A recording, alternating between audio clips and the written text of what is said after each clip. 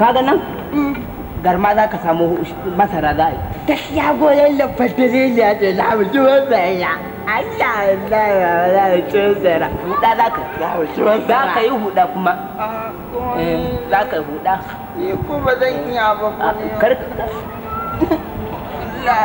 ka ci uwa ka garma za ka samu ka huda. Salamu alaikum. Amma alaikum salam. Ya gari? Wallahi. Malai. To ni Usman ne. Na'am. Musulmi ne ni kuma ni ne ina son yaron kadin nan. Ya ta? To ai na faɗi wani hadisi ne wanda annabi shugaban mu annabi Muhammad sallallahu alaihi wa sallama ya gaya wa Nana Aisha shi. To duk wanda ya gaya min hadisin da kuma fasararsa to shine mai ita. To zan yi kokari sosai kuma kai mu addu'a Allah san sani. A'a yo kuma wannan da zuriya da kai. Dabara ai ta rage ga mai shiga rijiya. To shikenan. Madalla. Madalla.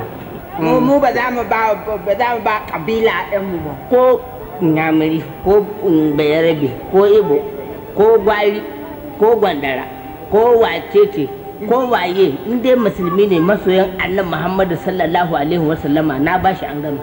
Baba ban gaya maka ba. Jiya na je gidan hajjajin ba ni ma ta ce in dai na samo tambayar za ta bani yarta don haka ka gaya min barauniya hanya. Kai ma ka je ka ɗau littafi ka yi ga karatu. Don Allah